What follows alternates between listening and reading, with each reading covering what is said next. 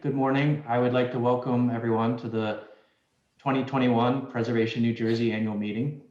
This is our annual event to come together, celebrate the new year, allow member voting on the board of directors and changes within the organization per our bylaws. And at this meeting, we'd like to recognize the volunteer efforts and excellence of some of our colleagues who help us out throughout the years. According to Article 3, Section 302 of our bylaws, an annual meeting shall be held to report on the activities of the corporation, and the business of the annual meeting shall include the election of directors and other such business as may be laid before the members. So one of the great things about Preservation New Jersey is that because our geography is so vast, we all have our own professional niche and are really an organization trying to leverage the value, skill, and perspective each of our varied members can bring to the table. So with that, I would like to thank our current Preservation New Jersey Board of Directors for all that they do. And I'm just going to call everyone out by name. Jack Babcock, Matt Pisarski, Frank Banish, Maria Cerda Moreno, Bob Cole, Paul Muir, Billy Newman, Michael Margulies, Dave Redding, Michael Hanrahan.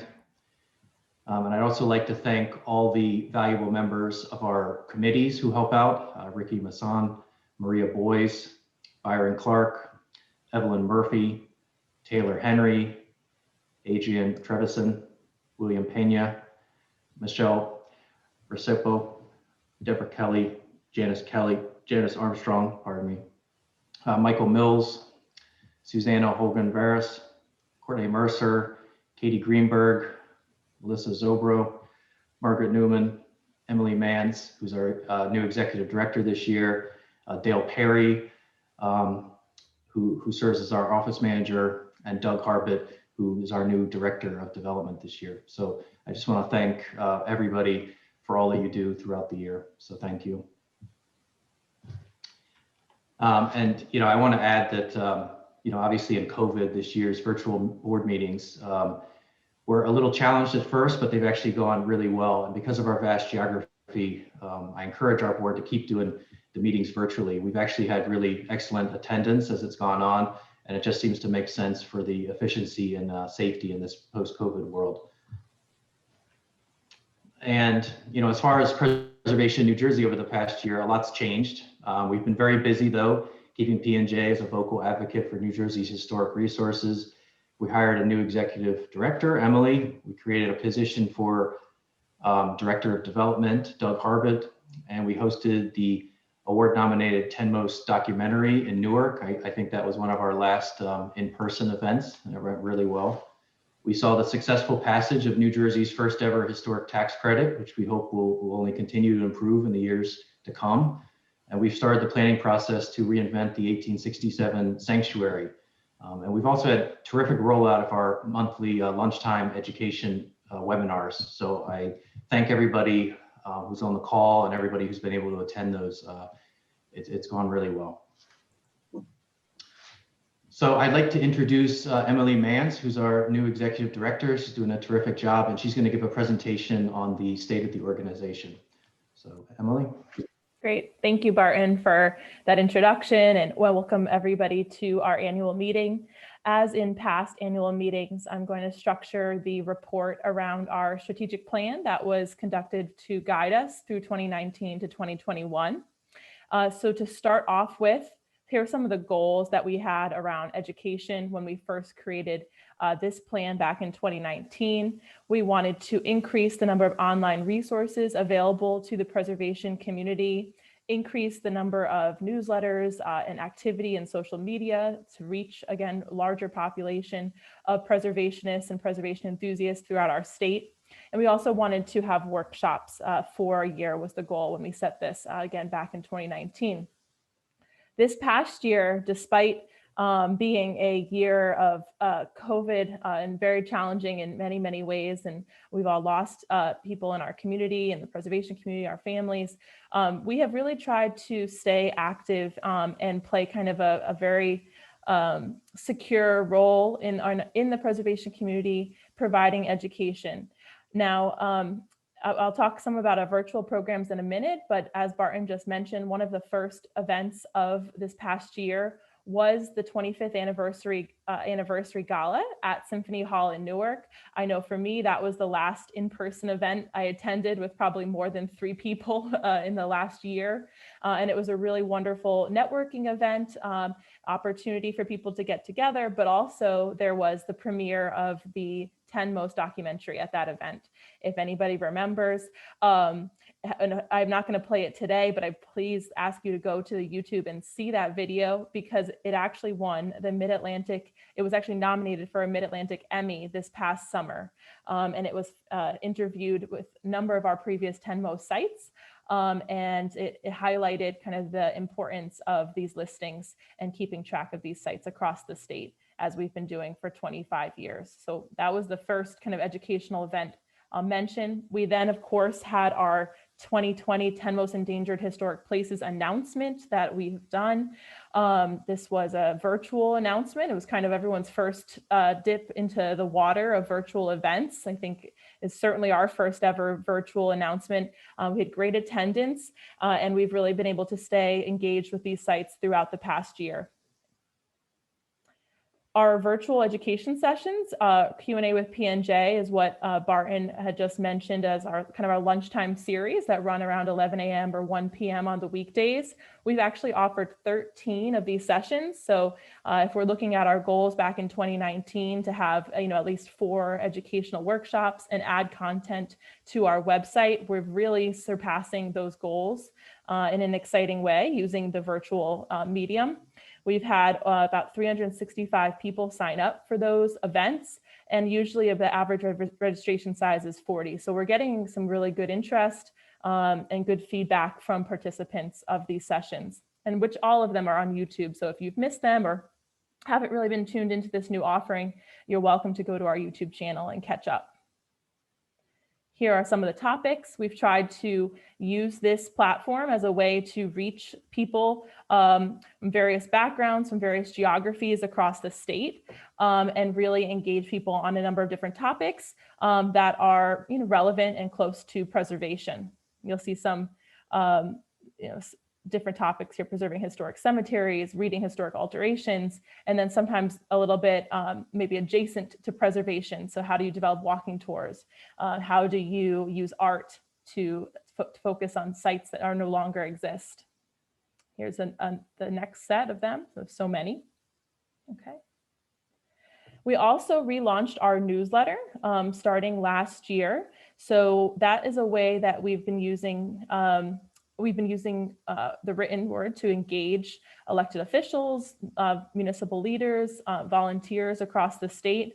We have a fantastic committee that writes the articles. We've had 20 unique articles published in these 4 newsletters. We are spotlighting historic preservation commissions through the newsletters, so providing some value to that group of people and highlighting their work and also best practices for others to learn from. We've also tried to leverage the newsletter to better engage with the business community. And we've had 5 Building Industry Network members interviewed or profiled or written their own pieces in the preservation perspective. So hopefully you're on our mailing list and receiving this important new way that we're engaging. We also continue to engage the 1867 sanctuary. As Barton mentioned, we have used this time during COVID to really rethink our role with the sanctuary and rethink how we can use the sanctuary as a place for preservationists to gather, as well as musicians and as well as community members in the Ewing area. So please stay tuned to hear more announcements as the summer goes on. And we plan to reopen with some new branding and some new energy and a new mission at the sanctuary come fall. We are also continuing our advocacy work. It's very exciting this past year, as I'm sure everyone has heard, the state historic tax credit at last passed. Preservation New Jersey had been engaged in this advocacy for over a decade. So it's come to now ahead, which is fantastic with the passage. We had, we testified both written and verbally in July, Michael Hanrahan from our board, about the power of historic tax credits just this past year.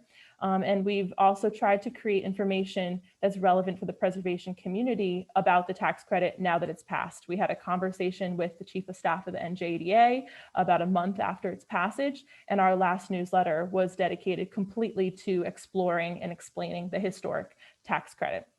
We also involved in advocating for local sites throughout the year. We've handled about 60 plus technical assistance requests from people looking for advice that are handled by our committee members. And we also supported and thanked legislators for their support of the Great American Outdoors Act on a federal level. The last piece of our strategic plan that I'll touch on is it was very key when we wrote this plan in 2019 that we diversify our revenue streams to better support the efforts of the organization. We need to be fundraising. We need to be thinking about different ways to be making money so that we can continue to put on educational programs and continue to advocate and do all the things that we just talked about. So some good results from some changes that we've made. As Barton mentioned, we brought on a individual with a lot of expertise in development, Doug Harbit, to help us with this task. We reworked our annual appeal slightly. You might have noticed our letter and the sticker and some color photos of what we've been up to. And we had a great increase in the number of participants. We had a 94% increase in the number of participants, that people giving as part of the annual appeal, which resulted in a 36% increase in funds raised. So we're very pleased with the results of that. And we're structuring our membership mailing, which many of you may be seeing in the mail come summer, around some of the lessons of the annual appeal.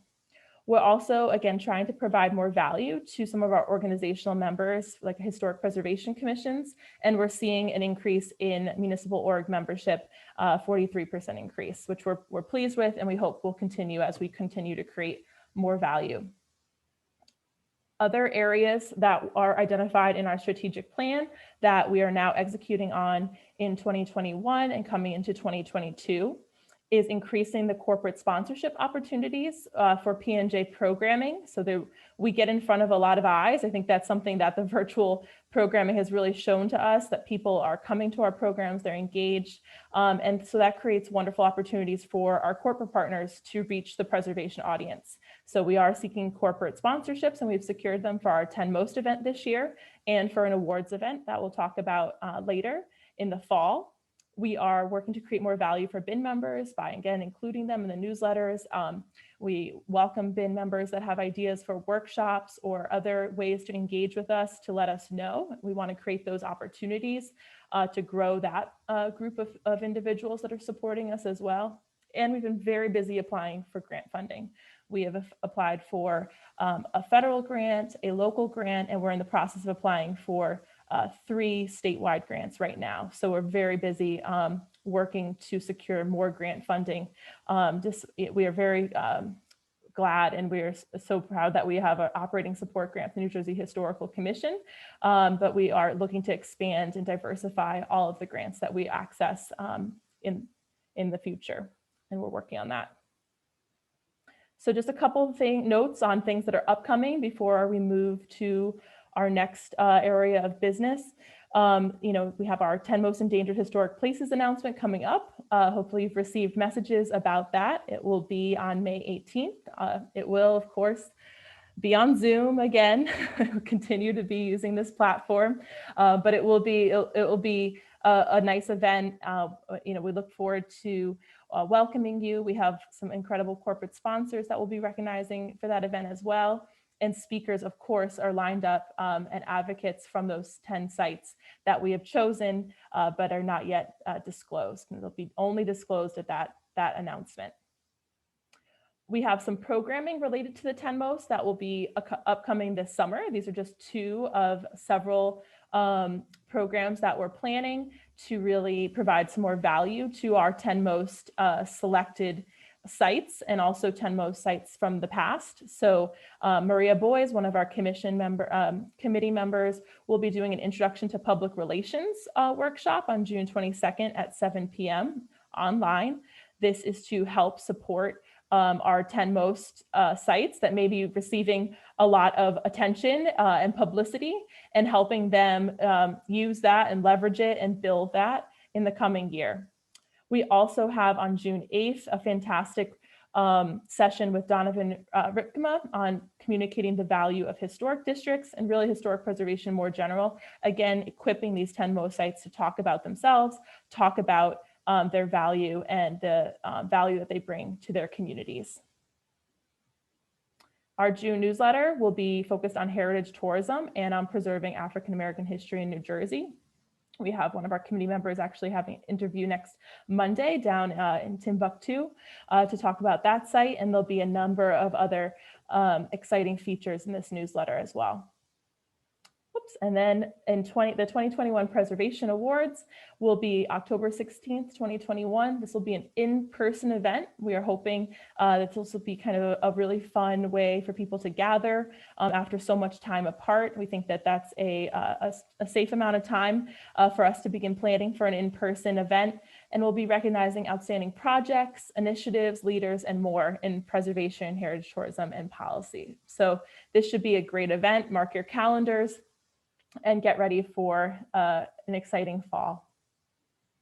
So now I'm going to turn the agenda back to our board president, Barton, and he's going to discuss presidential selections for awards of recognition. All right, thank you, Emily. So yeah, we're going to continue this year with our annual appreciation of organizational volunteers who've graciously donated their valuable time to Preservation New Jersey. You know, they really deserve recognition for their efforts. And first off, I'd like to especially thank current board members, Mark Nonestad and Bill Michelson, for their excellent efforts with our education committee the past couple years, and especially with scheduling the educational Q&A webinar events that Emily was just referring to. So thank you both for that. It's been really good over the past year. So these awards I'm going to go through now recognize individuals who, through their service and active participation on the board of directors, have made an outstanding contribution to the organization. So first up, for her service to the board and especially her help on helping establish our new membership development committee, we'd like to recognize Madeline Helmer, and we wish her well. She's relocating to Massachusetts, so thank you, Madeline, and all the best. Thank you. Next up, we'd like to recognize our outgoing treasurer, who brought a lot of professionalism and experience to the position over the past couple of years through a lot of transition, revisions to our QuickBooks, accounting systems, et cetera. So thank you very much, Judy Flynn. Thank you. I would like to recognize his years of excellent service and impressive dedication to numerous threatened properties over the years. I especially remember the Duke Estate. I really hope he will continue to stay involved, but his board term has timed out. So we want to thank you for your service, Michael Margulies. Thank you, Michael. So this next person stepped into a difficult position as our reimagined executive director. She did a terrific job rebuilding organizational stability, writing grants, compiling financial records. She still even participates on one of our current committees, the 10 Most. So that's the passion and dedication we'd like to see. And we definitely would like to recognize you, Courtney Mercer. Thank you. So we were deeply saddened to learn that Dr. Doris Carpenter, a preservation advocate and community leader in Camden, had passed away this year. She was part of a group trying to halt the demolition of Camden High School, and that received an award for the efforts by Preservation New Jersey in 2018. And she was planning to give one of our educational webinars before she fell ill. And she really worked closely with us on the 2020 Preservation New Jersey documentary, Saved or Lost Forever. And on a personal note, I actually recorded the segments with her together at the Camden County Historical Society in May of 2019. So we would like to recognize Dr. Doris Carpenter. Thank you. So the Building Industry Network, as I hope most of you are aware of, the BIN, are professionals involved in the preservation or development of older properties. They can include general contractors, construction managers, specialized trade contractors, architects, engineers, real estate developers, realtors, attorneys, suppliers, accountants, fabricators, craftsperson. So I hope everyone falls into one of those kind of categories. They pay their dues and are listed on our website. We refer, when inquiries come in, we refer people to that website. This award is available to a been member of the organization in good standing with paid dues for the past 2 years, who has demonstrated through interest, participation, and concern, dedication to the promotion and contribution to the mission of the organization above and beyond the normally expected participation of a been member. So this year's awardee is someone I've worked with on professional projects, conference presentations. He's kept his been membership current through all the changes, and his dedication to helping see the organization thrive through many years with his suggestions and recommendations. I'd like to recognize Peter Primavera. So thank you, Peter. The President's Award will be bestowed at the discretion of the current sitting board president. Bestowment of the award is encouraged to be limited to 1 award per year per individual or group to uphold its integrity. The award shall take place at the annual meetings award ceremony. So this year's winner is someone who has served on the board for almost 11 or 12 years, I believe, including as past president. He's someone who has graciously given me encouragement. He's participated in conference talks with me before. He's been a tireless advocate for the state historic tax credit, and through his involvement with AIA has kept the organizational bridge open, and he's been our point person for providing continuing education credits over the past years. So I would like to recognize Michael Hanrahan for all his efforts. Thank you, Michael. So we wanted to start an award to recognize an individual's lifetime achievement serving the organization. And we decided to name this award after a passionate preservationist and past president of the organization, David H. Knights, who unfortunately passed away September 24th, 2013. And for those who don't know, Mr. Knights graduated from Phillips Andover Academy in 1971 and from Brown University. He earned his MBA from Harvard Business School, and he went on to renovate and develop brownstone buildings in the South End of Boston. He relocated to New Jersey in 1986. He worked in real estate. He was elected to the Hopewell Borough Council, and David was instrumental in restoring the Hopewell Railroad Station, as well as preserving land for Hopewell Park and St. Michael's Farm Preserve. David became president of Preservation New Jersey in 2011, and at the time of his death was spearheading restoration efforts at the 1867 sanctuary in Ewing. So this year we would like to recognize the first president of Preservation New Jersey, the organization, Connie Greif. So Constance Greif was an architectural historian. She was a pioneer of the historic preservation movement. She unfortunately passed away March 1st of last year in Princeton, New Jersey. Ms. Greif graduated from Vassar College, where she studied art history, and she went on to do graduate studies at the New York University Institute of Fine Arts. In 1975, she founded Heritage Studies, and that's a consultant group that performs surveys and studies for towns, counties, and states throughout the Northeast.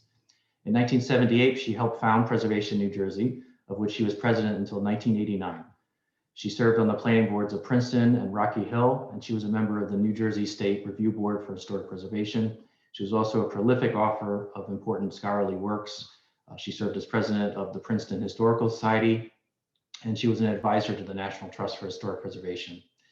So a big congratulations to Constance Greif, the first president of the organization. So I want to encourage all members to get involved, serve on our new committees that we've set up, and let us know what topics they'd like to see presented or addressed in 2021. And with that, I want to thank everyone and encourage everyone to be safe. I'd now like to introduce Preservation New Jersey's next president, Matt Pisarski, who's the planning director of Cumberland County. He's been on our board for over 5 years, and the last few years as our vice president. He brings 20 years of professional experience and has recently and successfully chaired our TENMOS committee. He's also been a big help to me professionally on the board the past few years. And the remaining officers of the board will be formalized at our next board meeting. So with that, I would like to welcome Matt and ask him to say a few words and introduce this year's slate of directors to be voted on. So Matt. Thank you, Barton. I would like to start, and this is a great way of starting, by recognizing you and your tenure as president on this board.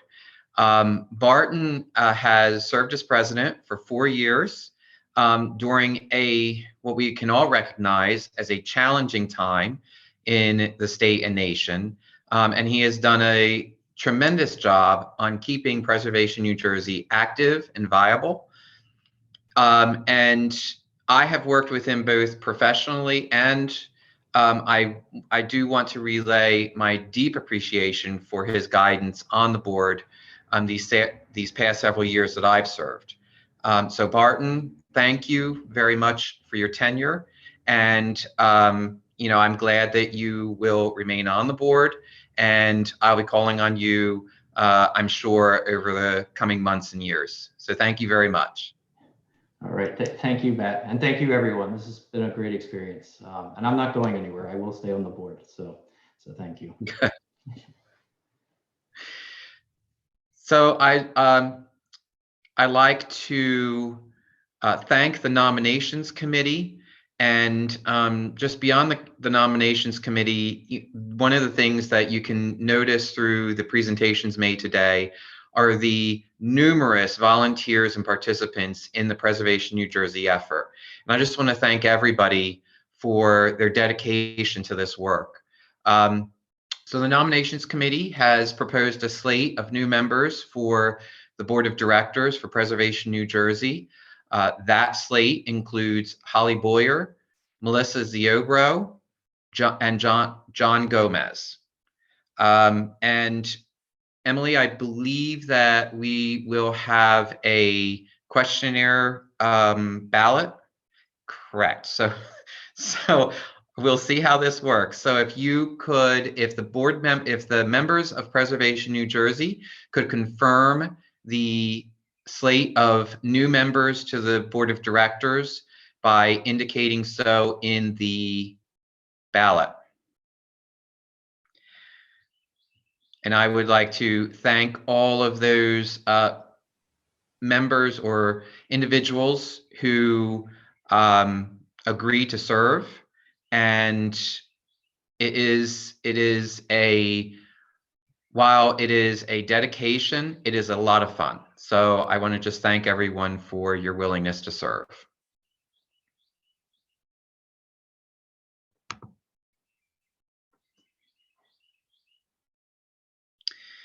And Emily, will you just provide me a head up when that should be? Are we good with that? Yes. Yep. I just closed it. Yep. We had enough. Yep.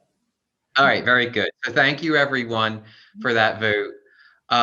And with that, I would like to thank Emily and Doug and Dale. Emily has been doing a tremendous job on managing and facilitating the work of Preservation New Jersey.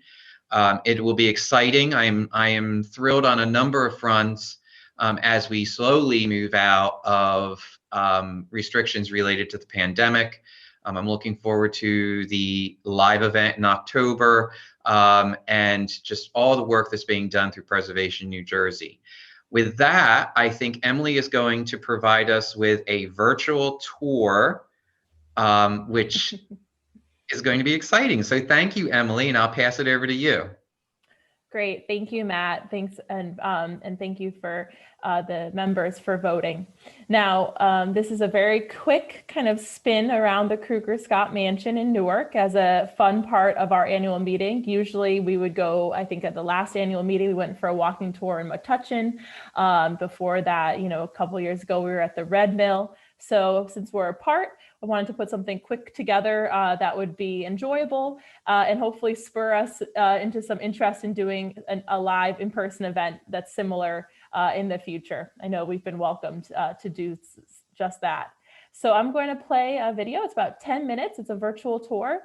And then if you hold on till the end, at the end, Matt will come back on and we'll wrap up our programming for today. All right, bear with me and let's hope this all works.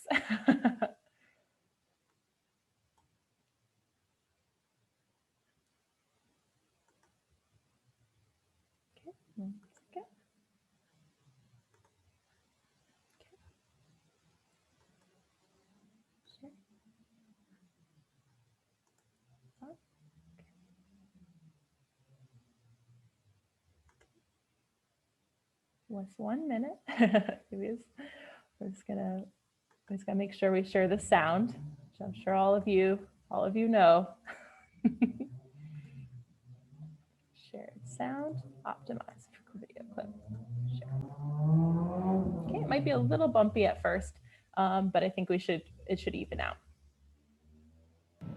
Hello, Preservation New Jersey community. My name is Emily Manns. I'm the executive director. Usually at our annual meeting, we would do a live tour somewhere in New Jersey. And today, of course, we're still dealing with coronavirus, so we are doing a virtual tour. I thought it would be interesting to see one of our previous 10 most endangered historic sites and what's happening now. The Kruger Scott Mansion behind me was a 2011 10 most site. That is now becoming a makerhood, which we'll learn more about in just a moment.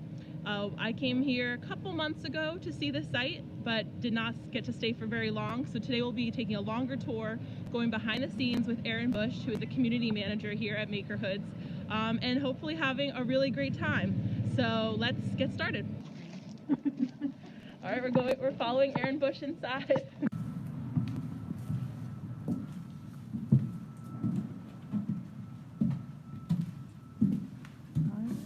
Just entered the space. Erin, would you mind introducing yourself? Sorry to put you on the spot. Hi, I'm Erin Bush. I'm the Director of Community here at Newark Makerhoods. Welcome to the Kruger Scott Mansion. Okay. So these are some original wood pieces, and I'm pretty sure that they're being prepped for Rashidi of In Days of Old in Hillside.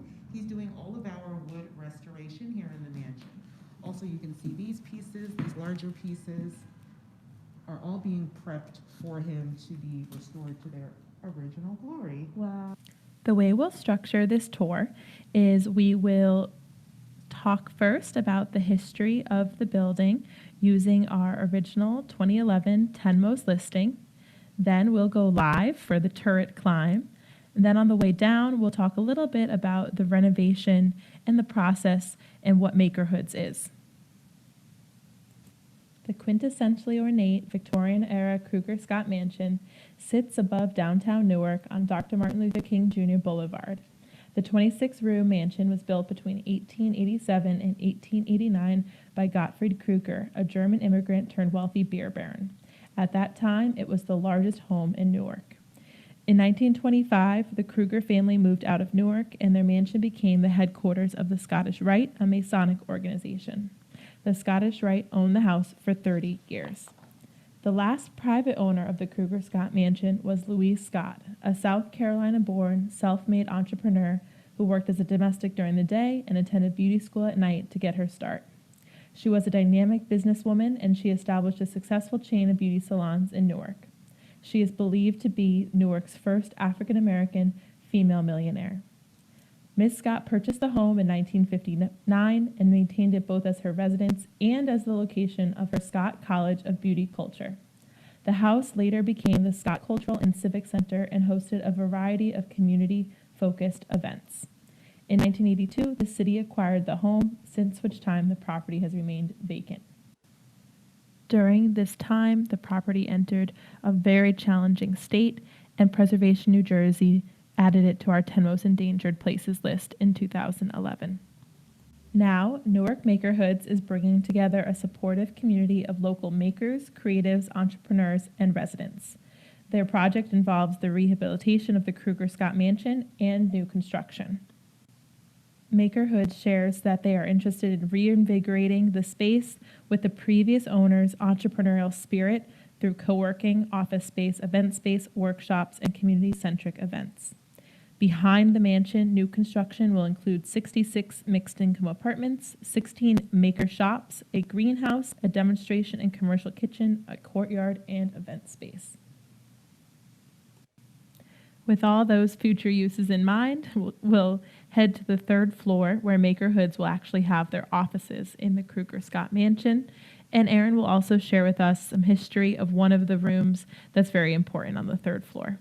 Had an original space where there was a stage. There were a few steps leading up to it. There are some original photos of it, I believe, with the Historic Society, and we also have some recent photos before it was dismantled. But this area will be duplicated downstairs in our basement area, where we will have a performance area And the performance area will also be flexible, where the seating will be able to be taken out, so it can be used as a speakeasy, it can be used as a small theater, just to suit all of the community needs.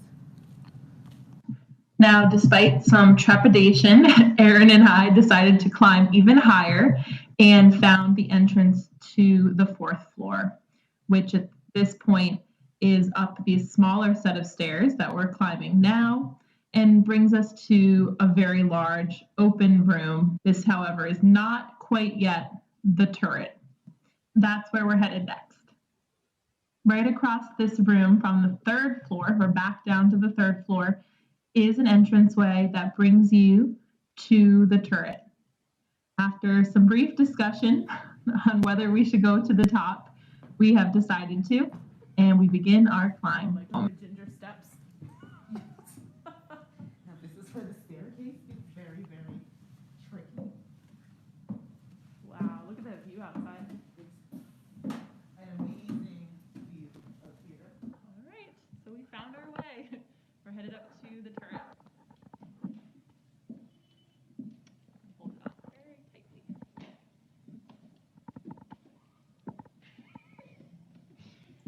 This is not for the faint of heart, folks. At all. Okay, so you can see where we are.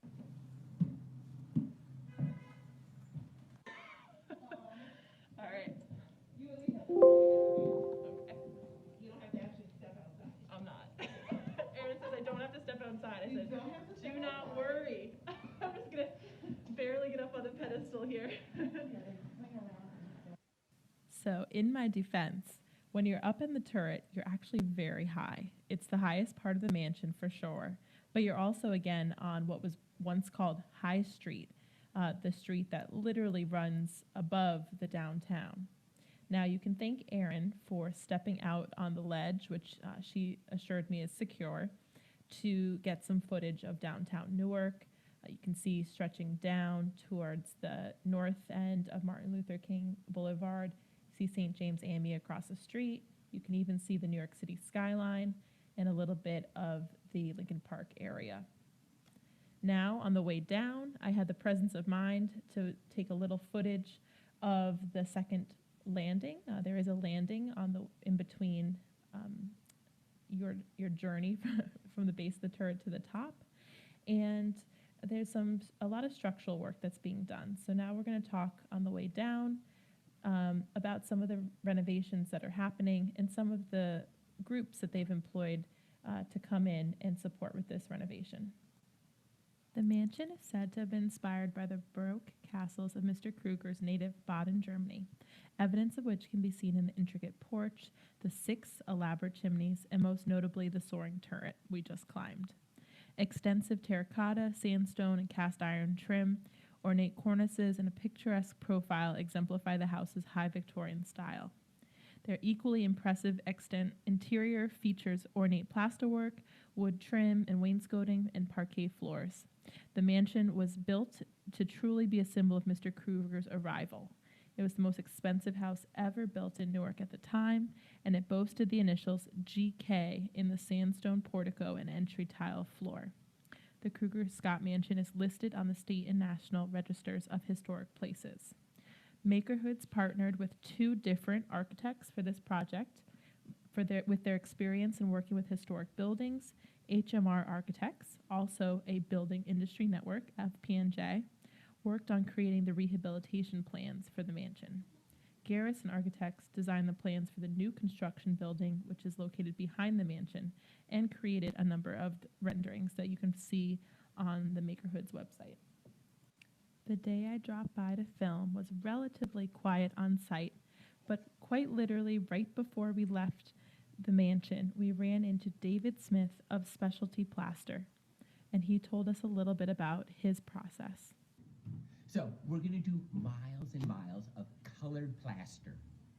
So if you look over here, the colored plaster, this is from 1880, and it's got what would be similar to 100 grit sandpaper.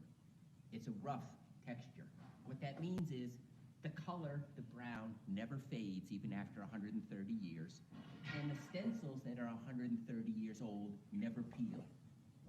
So it lasts forever. The paint and wallpaper on top came off. What's coming off? So we're gonna do, again, colored plaster with this rougher surface. And as much of the stencils as possible, we're gonna recreate. You know, if you look, It's everywhere. all the stairwells, all the corridors. This Yes. is a different pattern, but still the same Yes. Right. technique. So in 1880, This was done by hand? yes, in 1880, the fashion was stencils and wallpapers. This ceiling in here was all beautiful stencils and wallpaper. And then in the 1920s, right over the top of it, they added all this ornament. So we're gonna restore all the newer plaster ornament. Wow. So this room will once again look spectacular. Now, do you think that they installed this plastic on top in an effort to maintain it? Were they replacing it? Were they No, well, the upgrading idea it? was, Or was it fashionable? it was fashionable. Okay. So in 1888, you're 50 years old, you're rich, you make a state-of-the-art house. Now, 30 years later, when you're 80, before you die, you again want to make a fashion statement. So you remodel. And then the government tells you you're a brewer and it's prohibition, you're now out of business. So then you sell your mansion while you still can.